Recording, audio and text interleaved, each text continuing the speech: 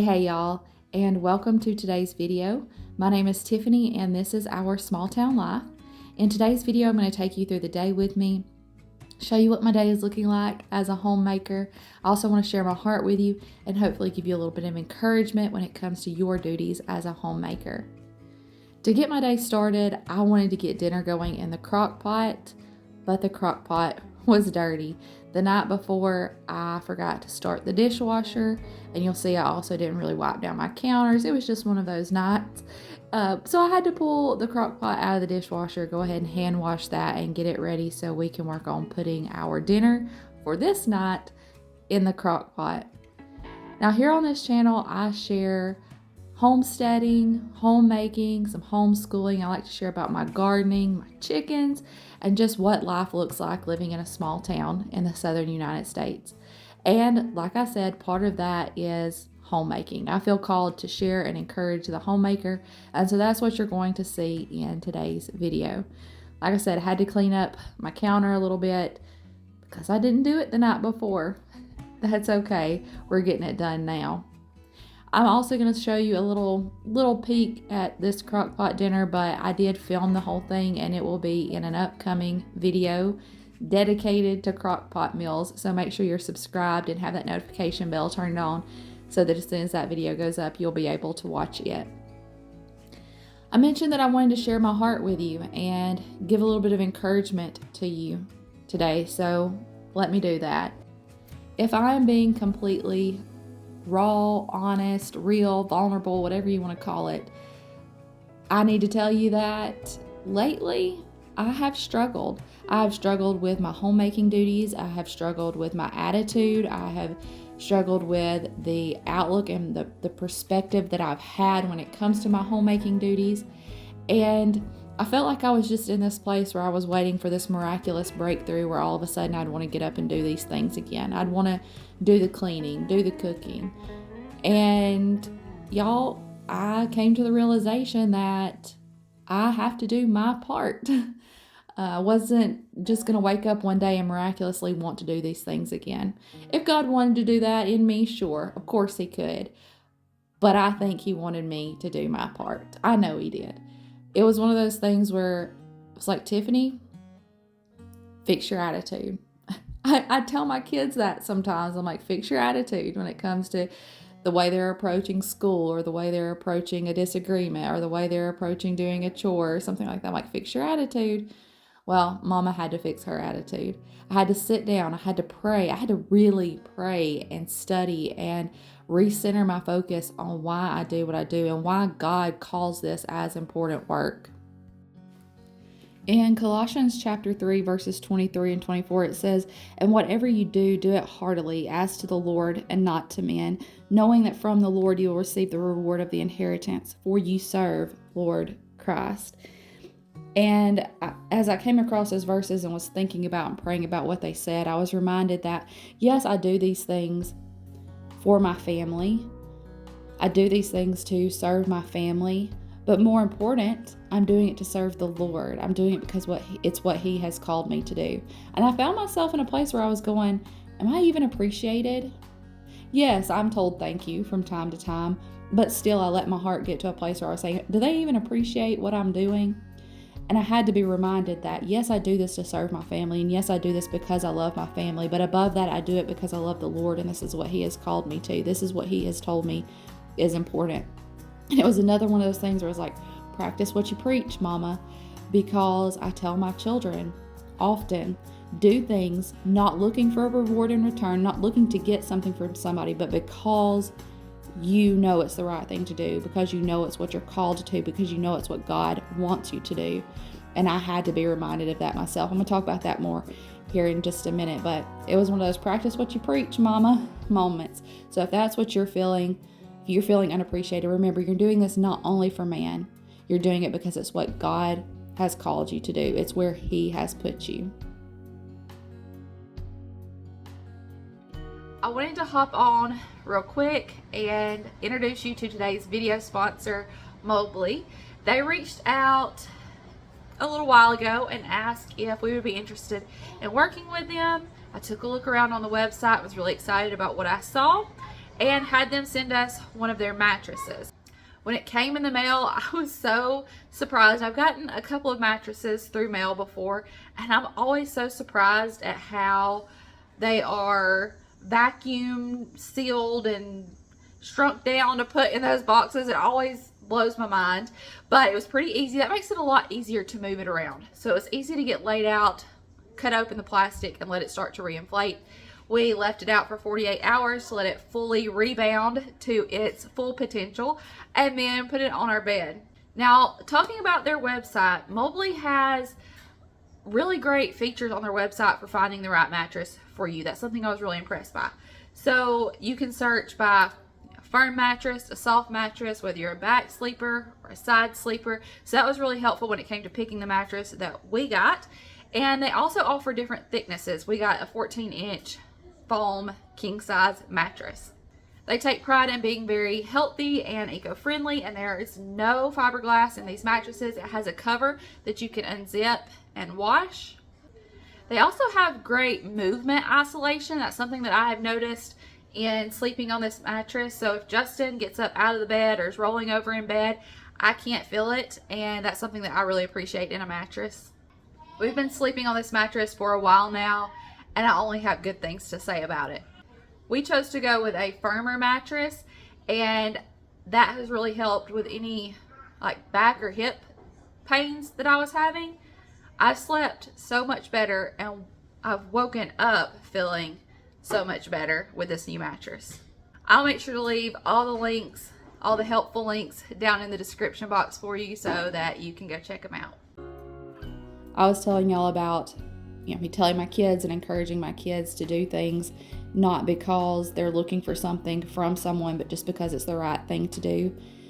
If you watched a recent grocery haul, I was talking, and I'll link it in case you haven't seen it. It'll be down in the description box. But I was talking that morning about how I had made these plans to go and spend some time alone and get my nails done and run some errands and get groceries, and had a family member that the kids were going to spend some time with. And then some things changed, and that's no problem whatsoever. But it changed, and the kids were with me. And so I thought, well, I won't go get my nails done. I don't want them to have to sit there and wait. And the older kids said, no, Mama, go. We'll help with the little ones. And that really blessed my heart. They didn't do it because I said, I will give you something if you do this. They just knew that that's what Mama needed. That was one of those moments where I felt loved, and I felt like, okay, they've gotten it. Maybe Mama needs to learn from her kiddos. And I did end up rewarding them, but they did not know that was coming. They did it just because it was the right thing to do, and it blessed this mama's heart. And it was a teaching moment for me from my children. Y'all, if you're not wanting to do the things, if you're not feeling motivated to do the dishes, if you're not feeling motivated to do the laundry or sweep the floors or whatever it is, cook the dinners, just get up and do it. Pray about it. Read your Bible. Study about why you do it. Find something deep down in you that says, look, we're doing it. Because it's there. It's deep down inside of you. Otherwise, you would not be doing this. You know it. You just have to dig down deep and pull it out and find it. But find it. Pull it out and get the little bit of motivation just to get started. And if you're feeling unnoticed, unseen, let me say, I see you. I see you, Mama. I see what you're doing. And you're doing a good job. You're doing good work. God sees you. And your family does too. Even if you let yourself get in a place where you don't think that they do or you don't feel appreciated, I feel pretty certain that for the most part, our families see us and they notice us and they appreciate us, even if we've gotten to a place where we're not letting ourselves feel that.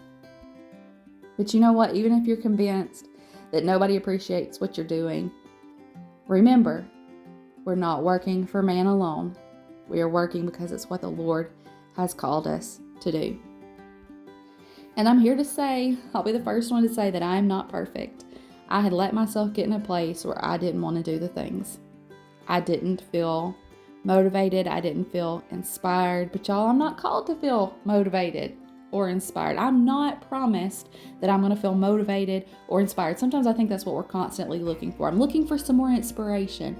I'm looking for some more motivation. And I say that here on my channel. I say that I'm here to help you find some inspiration and motivation. I'm not saying it's a bad thing to have those feelings, but we're not promised them. Some days we have to just get up and do it, whether we're feeling motivated or not. God never promised us He was going to make us wake up every day feeling motivated and inspired to get the things done. But He did tell us that we can find joy in our heart in knowing the reason why we're doing it. So no, I'm not perfect. I had let that lack of motivation influence me to have some negative attitudes, some negative outlooks, a negative perspective, instead of just saying, you know what, I know where my joy is at. I know where my purpose is at. And even though I'm not feeling that motivation right now, I can still do these things with joy. I can still do them with happiness. I do a lot of praying. I do a lot of studying. And I turned myself around. Got my sight set back on what it should be on. Got my sight and my focus back where it needed to be. And y'all, I'm telling you, it made such a difference, just kind of recentering and refocusing myself. All right, I got done with all of the cleaning and tidying for the day. I kind of focused on the kitchen, as you've seen on this particular day. That's something I've started doing, is I have my regular things I have to do every day. You know, the dishes, the laundry, sweeping certain areas, and then I have one area that I focus on and doing like a deeper cleaning on this particular day. It was the kitchen. I got that done, and now it's lunchtime. I had fed Fletcher some applesauce. Before long, we'll be going back to the apple orchard and canning some of our own applesauce. I'll be excited to have that. And then everybody kind of did their own thing for lunch. You saw I made myself one of those chicken sausages in the air fryer. It was delicious. I put it on 400 for about 8 minutes. Fried some eggs to go with it. It was a very good lunch. Now I'm getting some more laundry going. And then, yeah, we'll just keep going through the day. You're going to see a little short clip right here in a second of some of my canned goods. I had some things that I needed to move in there, and some people had asked, where do you store them? What do you do? So we have a walk-in pantry, and I have moved this wooden bookshelf in there, and I have a lot of things stored on it. I still have some things stored on the wire shelving in the pantry. I don't want to put a whole lot of weight on those just because it makes me a little nervous. But I still have some things on those. I still have some things in my closet. I have some canned goods. I have our winter squash and our potatoes are in my walk-in closet in my bedroom. So that's kind of how we're storing things right now.